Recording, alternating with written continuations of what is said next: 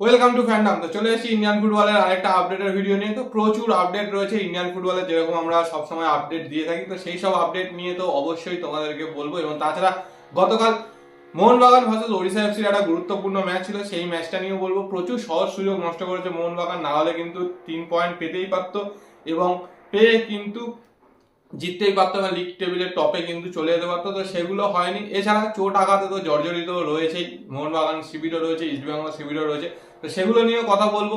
নতুন কে আসতে পারে, কে টার্মিনেট করছে কন্ট্রাক্ট, সেগুলো নিয়েও বলবো। কিন্তু তার আগে যারা এখনো চ্যানেলটা সাবস্ক্রাইব করেনি, তো অবশ্যই কিন্তু সাবস্ক্রাইব করে নিন। তার সাথে বেল আইকনটাও ক্লিক করে দিও রেগুলার নোটিফিকেশন পাওয়ার জন্য। আর এখনো যারা আমাদের ফেসবুক আর ইনস্টাগ্রাম পেজটা ফলো করেনি, অবশ্যই কিন্তু ফলো করো। ওখানে কিন্তু আমরা সব রকম ট্রায়ালের আপডেট দিই, কারণ কলকাতা ফুটবল লিগের মরশুম কিন্তু শুরু হচ্ছে এবং ট্রায়াল কিন্তু অলরেডি শুরু হয়ে গেছে লোয়ার ডিভিশনগুলোতে। সেই আপডেটগুলো কিন্তু আমাদের ফেসবুক ইনস্টাগ্রাম স্টোরিতে পেয়ে যাবে। এছাড়া আমরা ভিডিওতেও অবশ্যই বলে দিই। তো প্রথমেই আসি আপডেটগুলোতে। তো গতকালকে যে টার্কিশ ওমেন্স কাপে খেলতে গেছে ইন্ডিয়ান ওমেন্স টিম, তো সেটাতে গতকাল খেলা ছিল হংকং এর সাথে এবং সেই ম্যাচটা কিন্তু ইন্ডিয়া 2-0 জিতেছে। গোল করেছে অঞ্জু তামাং এবং সৌমিয়া।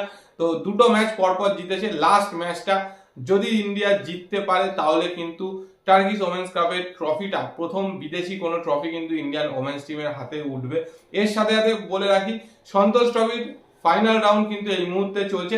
তো আজকে অনেকগুলো খেলা রয়েছে, সেগুলো বলি। তার আগে গত দিনের যেই ম্যাচগুলো ছিল সেইগুলো নিয়ে বলবো। তো আজকে খেলা রয়েছে সার্ভিসেস ভার্সেস গোয়া। তো অলরেডি এই ম্যাচটা হয়ে গেছে এবং সেখানে কিন্তু গোয়া 2-1 গোলে জিতে গেছে। এর সাথে বলি, এছাড়া ম্যাচ রয়েছে কেরালা, মেঘালয় এবং অরুণাচল প্রদেশ, আসাম। আর লাস্ট দিন মানে গতকালকে তো কোনো আপডেট দিন, লাস্ট দুদিনে যে ম্যাচগুলো ছিল সেগুলো একটু বলে দিই। তো তার মধ্যে গোয়া কেরালার ম্যাচটা গোয়া 2-0 জিতেছে। কর্ণাটক মিজোরামেরটা 2-2 ড্র হয়েছে। মহারাষ্ট্র মণিপুরে কিন্তু মণিপুর 2-1 গোলে জিতেছে। আর দিল্লি রেলওয়েজের দিল্লি কিন্তু 4-0 গোলে রেলওয়েজকে হারিয়ে দিয়েছে। তো বুঝতেই পারছো সন্তোষ ট্রফির কিন্তু ফাইনাল রাউন্ড কিন্তু খুব হাড্ডাহাড্ডি হচ্ছে। কে চ্যাম্পিয়ন হবে কি হবে এখনো কিন্তু বোঝা যাচ্ছে না। এর সাথে বলে দিই যে এই মুহূর্তে কিন্তু under 17 AIFF youth league, sub junior youth league এগুলো তো চলছেই। তো সাব জুনিয়র ইউথ লিগের যেই খেলাগুলো হয়েছে সেগুলো একটু তোমাদেরকে বলে দিই। তো গতকাল সাব জুনিয়র লিগের একটা খেলা ছিল মোহনবাগান ভার্সেস ইউনাইটেড স্পোর্টসের। সেটা কিন্তু মোহনবাগান 2-1 গোলে জিতে গেছে ইউনাইটেড স্পোর্টসের এগেন্স্ট। তো ইউনাইটেড স্পোর্টস আন্ডার 13 টিম কিন্তু এখনো অবধি একটাও ম্যাচ জিততে পারেনি। আর উল্টো দিকে আজকে কিন্তু আই লিগেরও একটা গুরুত্বপূর্ণ ম্যাচ রয়েছে। সেই ম্যাচটা হচ্ছে শ্রীনিধি ডেকান ভার্সেস নামধারী। নামধারী কিন্তু একদম শেষে রয়েছে টেবিলের। আর আজকের ম্যাচটা যদি শ্রীনিধি জিততে পারে, যেহেতু শ্রীনিধির হোম ম্যাচ, তাহলে কিন্তু মোহামেডানের সাথে পয়েন্টের গ্যাপ অনেকটাই কমিয়ে নেবে। মাত্র 2 পয়েন্টের গ্যাপ কিন্তু হবে সমান ম্যাচ খেলে। এরপরে আসি কিছু আপডেট। তো যেই আপডেটগুলো বলি যেগুলো ইন্ডিয়ান ফুটবলের জন্য একটু খারাপ নিউজ, তার মধ্যে প্রথমেই বলি সন্দেশ জিঙ্গানের কথা। তো সন্দেশ জিঙ্গান যখন এশিয়ান কাপের লাস্ট ম্যাচটা ইঞ্জুরি হয়েছিল, তখন ওই লাইভেই বলেছিলাম মোস্ট প্রবাবলি এসিএল ইঞ্জুরি হয়েছে এবং সেটাই কিন্তু কনফার্ম হচ্ছে। জানা যাচ্ছে যে ওর কিন্তু এসিএল রিকনস্ট্রাকটিভ সার্জারি কিন্তু হতে চলেছে। তো মোটামুটি আগামী খুব কম করে হলেও 6 মাসের জন্য কিন্তু সন্দেশ জিঙ্গান ভারতীয় ফুটবলের বাইরেই থাকছে। তো আগামী যে কটা ওয়ার্ল্ড কাপ কোয়ালিফায়ার রয়েছে তাতে কিন্তু সন্দেশ জিঙ্গানকে পাওয়া যাবে না। তো এটা একটা বিশাল মানে খারাপ খবর ভারতীয় ফুটবলের জন্য। কারণ জানো 21শে মার্চ 26শে মার্চ দুটো গুরুত্বপূর্ণ ম্যাচ রয়েছে। এরপরে কাতার রয়েছে, কুয়েতের সাথে ম্যাচ রয়েছে। তো সেইখানে কিন্তু Sandesh Jhingan most probably available হবে না। এছাড়া আরো একটা বলি হায়দ্রাবাদের খবর। তো হায়দ্রাবাদ গতকালকে অসাধারণ খেলেছে বেঙ্গালুরুর সাথে এবং একটা ভালো গোলও করেছে চুঙ্গা। এছাড়া সুযোগ অনেক ছিল, হয়তো ড্রও করতে পারতো, কিন্তু শেষ মুহূর্তে শিবাশক্তি একটা অসাধারণ গোল, সেখান থেকে কিন্তু বেঙ্গালুরু 2-1 গোলে জিতে যায়। তো সেই হায়দ্রাবাদেরই অনেক যারা খেলা দেখেছে তারা দেখবে কালকে কিন্তু গুরমিত সিং গোলে ছিল না, কাট্টিমণি গোলে ছিল।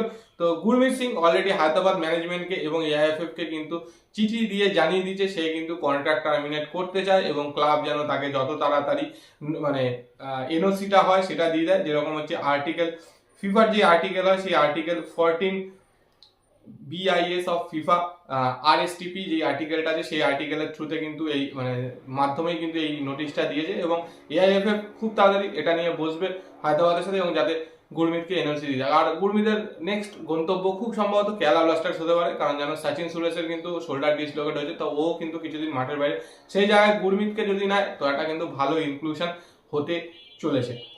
এবার আসি আগামী গতকালকের খেলার খবরে। তো গতকালকে কিন্তু একটা খেলা ছিল, গুরুত্বপূর্ণ খেলা, মানে লিগ টপার হওয়ার একটা খেলা ছিল। সেটা হচ্ছে মোহনবাগান এবং ওড়িশা এফসি। তো মোহনবাগান প্রথম দিকে খুব খুব ভালো খেলছিল, প্রচুর সুযোগও পেয়েছিল, তারপরে একটা টাইম পর কিন্তু ওড়িশা খেলাটা ধরে এবং ওড়িশায় কিন্তু কন্ট্রোল করতে থাকে, বাট খেলা গোল শূন্য হয়েছে। তো সেই জায়গা থেকে কিন্তু বলবো মোহনবাগানের জেতা উচিত ছিল। যেই সুযোগগুলো পেয়েছিল সেই সুযোগগুলো যদি কাজে লাগাতে পারতো তাহলে কিন্তু মোহনবাগান অবশ্যই যেত। মানে সাদিকু অসাধারণ কিছু সুযোগ পেয়েছিল, মোটামুটি 3টে তো ওপেন নেট ছিল বলা যায়, 3খানা কিন্তু যদি ফিনিশ করতে পারে, 3টের মধ্যে একটাও ফিনিশ করতে পারলে কিন্তু গোল হতে, একটা 1:1 সেটা বাইরে মারে। এছাড়া রয় কৃষ্ণও সুযোগ পেয়েছিল, রয় কৃষ্ণও কিন্তু ফিনিশ করতে পারেনি।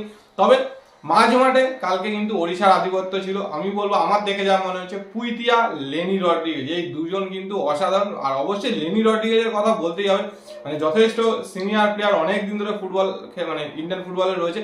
তো এইরকম লোড, এইরকম ওয়ার্কলোড গতকালকের ম্যাচে কিন্তু অসাধারণ, অসাধারণ বলতে হবে। মানে একাই পুরো মাঝ মাঠটা কন্ট্রোল করছিল বলে, যেখানে আহমেদ জো ছিল না সেই জায়গাতে। মানে জনি কাউকে অনেকটা নিষ্প্রভ করার পেছনে কিন্তু লেনি রড্রিগেজের অবদান রয়েছে। আর খেলাটা যথেষ্ট হাড্ডাহাড্ডি হয়েছে, বাট আমার তো মনে হলো একটুখানি দুজনেই সেফ খেলেছে, ডিফেন্সটাকে একদম ঠিকঠাক রেখে যাতে কেউ গোল না খেয়ে যায়, কারণ 1 পয়েন্টও কিন্তু যথেষ্ট গুরুত্বপূর্ণ। আর এই মুহূর্তে আইএসএল এর যা টেবিল, যে কেউ কিন্তু লিগ মানে শিল্ড জিততেই পারে, সেটা ওড়িশাও হতে পারে, সেটা মুম্বাইও হতে পারে, সেটা মোহনবাগান হতে পারে, সেটা কেরালাও হতে পারে। তো এই মুহূর্তে কিন্তু মোহনবাগান 3 নম্বরে রয়েছে, 1-এ ওড়িশা, 2-এ মুম্বাই সিটি এফসি রয়েছে। আর কালকে আমার মনে হয় যদি শুরু থেকে যদি থাপাকে খেলাতো সেটা একটা ভালো কাজ করতে পারতো। তো যাই হোক, সাহালকে চেঞ্জ করে থাপাকে আর সাদিকুকে চেঞ্জ করে কামিন্সকে নামিয়েছিল, তো দুজনেই সেম। মানে সাদিকু কালকে যেইগুলো মিস করেছে সেগুলো সত্যিই মানা যায় না। তো যাই হোক, মিস করা তো অবশ্যই খেলার একটা অঙ্গ। আর আগামীকাল কিন্তু ইস্ট বেঙ্গলের খেলা রয়েছে। তো ইস্ট বেঙ্গলের খেলা নিয়ে অনেকে জিজ্ঞেস করছো টিকিটের ব্যাপারে। তো টিকিট কিন্তু অনলাইন যারা কেটেছে তারা স্টেডিয়াম থেকে কালেক্ট করতে পারবে, আর যারা অফলাইন তারা কিন্তু ইস্ট বেঙ্গল ক্লাব থেকে। তো একদম শেষে আসি একটু ইনজুরি আপডেট নিয়ে। তো সেটার মধ্যে বলে রাখি, সল ক্রেসপো ইস্টবেঙ্গল মানে প্র্যাকটিস জয়েন করেছে, প্র্যাকটিস করছে। ওর এমআরআই রিপোর্টে কিন্তু সেরকম খারাপ কিছু বেরোয়নি, তো সেই জন্য ও রিহ্যাব শুরু করেছে। তো অনেকেই ভাবতে পারো যে হয়তো কালকে সল ক্রেসপো খেলতে পারে। তো আমাদের কাছে যতদূর খবর বা যতদূর বুঝতে পারছি, হয়তো আগামী কালকের ম্যাচেও সল ক্রেসপো থাকবে না। মেবি ওকে স্কোয়াডে রাখলেও রাখতে পারে, বাট মাঠে নেমে খেলার সম্ভাবনা কিন্তু সল ক্রেসপো নেই। এবং তার সাথে আরো একটা খবর ইস্টবেঙ্গল সমর্থকদের জন্য, সেটা একটা মানে চ্যাট ভাইরাল হয়েছে। সেখানে একজন জিজ্ঞেস করেছিল এলসেকে যে তুমি কবে ইন্ডিয়াতে আসছো। তো এলসে বলেছে যে মানডে। তো মোস্ট প্রবাবলি হয়তো আগামীকাল জর্ডন এলসে ইস্ট বেঙ্গলে আসছে। তো অনেকেই ভেবে নিতে পারো যে জর্ডন এলসে চলে আসছে মানে ও খেলবে। না, জর্ডন এলসে খেলতে আসছে না। জর্ডন এলসে যদিও ইন্ডিয়াতে আসে আগামীকাল, তাহলে কিন্তু ও সেম রিহ্যাব করবে, টিমের সাথে প্র্যাকটিস করবে। এই আগামী 1 মাস বা 1.5 মাস এই এখনো বাকি রয়েছে মানে ক্যালেন্ডারে। তো সেই টাইমটা কিন্তু প্র্যাকটিস করবে, করে নিজেকে ফিট করবে। তারপর যদি ঠিকঠাক হয় তখন এএফসি কাপের যেই স্লটটা পেয়েছে সেই স্লটের সময় কিন্তু ওকে রেজিস্টার করিয়ে খেলাতে পারে। তার আগে আইএসএল এ কিন্তু জর্ডন এলসের খেলার কোনো রকম সম্ভাবনা নেই। ও শুধু টিমের সাথে প্র্যাকটিস করতে এবং রিহ্যাব করতে আসে, যেহেতু ওর মানে টিমের সাথে রয়েছে, কন্ট্রাক্ট রয়েছে। এবং তার সাথে আরেকজনের আপডেটটি, সেটা হচ্ছে হামিল। তো হামিল তো লাস্ট কয়েকটা ম্যাচে দেখা যাচ্ছে না। তো মোটামুটি যা খবর, হামিলের ইনজুরিটাও কিন্তু যথেষ্ট মানে গুরুতর। তো সেখান থেকে মোহনবাগানের তরফ থেকে হয়তো অফিসিয়ালি কিছু জানানো হয়নি, তবে যতদূর খবর আগামী আরো 1-2 ম্যাচে কিন্তু হামিলকে পাওয়া যাবে না। হামিলকে হয়তো আরো কয়েকদিন রেস্ট দিয়ে তারপরেই নামাবে, কারণ হামিলের মতো প্লেয়ার যদি আবার ইনজুরি হয়ে যায় তাহলে কিন্তু ডিফেন্সে মুশকিল হয়ে যাবে। যদিও যেহেতু আনোয়ার আলী ফিট আছে, তো সেখান থেকে খুব একটা চাপের বিষয় নয়। তবে আগামী আরো 1-2 ম্যাচ কিন্তু মোহনবাগান হামিলকে মিস করতে চলেছে বলেই খবর। তো এগুলোই মোটামুটি আপডেট ছিল, এবং যা যা আপডেট পাবো রেগুলার বেসে তোমাদেরকে দিতে থাকবো। আর যেইগুলো বললাম কালকের খেলা নিয়ে, মোহনবাগান উড়িষ্যার খেলা নিয়ে, বা সল ক্রেসপো, হামিল এবং জর্ডন এলসেকে নিয়ে তোমাদের কি বক্তব্য অবশ্যই কমেন্ট সেকশনে কমেন্ট করে জানিও। ভিডিওটা ভালো লাগলে লাইক শেয়ার কমেন্ট অবশ্যই করবে। তার সাথে যারা এখন বেল আইকনটা টিং টাং অবশ্যই করে দিও রেগুলার নোটিফিকেশন পাওয়ার জন্য। তো চলো আজকের মতো টাটা।